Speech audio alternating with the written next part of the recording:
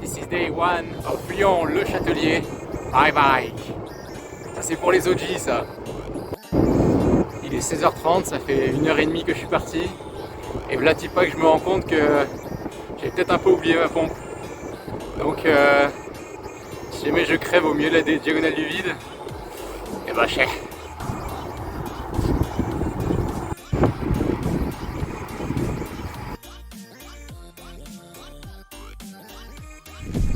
Là, je me suis mis un peu des points de passage sur la route pour me motiver un peu. Donc là j'avais un point de passage à 90 km où je suis passé, où j'ai récupéré de l'eau, donc ça c'est nickel. Je suis rempli et l'objectif c'est d'aller à 180 km où il y a un Burger King qui ferme à minuit. Normalement d'après mes estimations là j'aurais y arrivé à 22h30. Donc voilà, et après prochaines étapes c'est dormir au bout de 220 km. Là j'ai prévu un petit préau bien sympa et on verra à quelle heure on arrive pour se coucher. Je roule au coucher du soleil, c'est magnifique.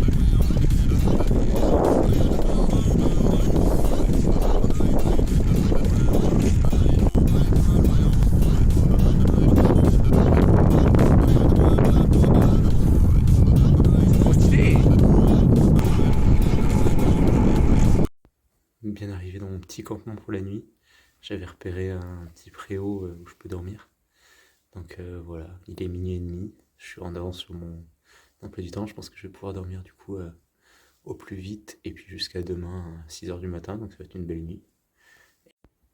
Donc aujourd'hui j'ai pu faire 220 km, donc la moitié de l'ITI, demain il restera 130 km jusqu'à retrouver Agnès. Et après 90, quelque chose comme ça pour arriver à destination. Je suis parti ce matin sous un brouillard bien épais, on voit pas à 5 mètres, il fait bien humide mais pas trop froid donc ça va, j'ai bien dormi 5 heures, tout va bien.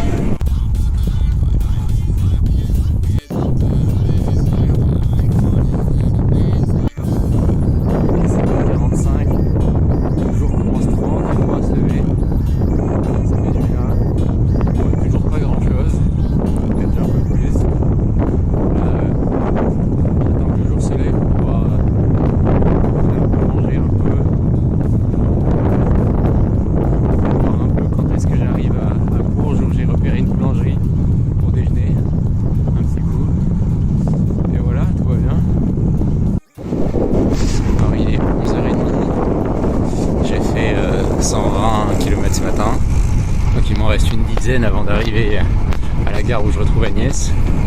Il nous restera ensuite 90 km pour arriver au Châtelier. Donc bon, je suis largement en avance parce qu'elle arrive dans 2 heures. J'ai 2 heures pour faire 10 km. Donc voilà, je finis tranquillement. Je suis sorti de l'itinéraire pour mettre un endroit un peu moins roulant mais plus safe, le long d'un canal, plus chill. Et puis quand j'arriverai, je me poserai dans un café le temps qu'elle arrive. Et après, il n'y aura plus qu'à finir.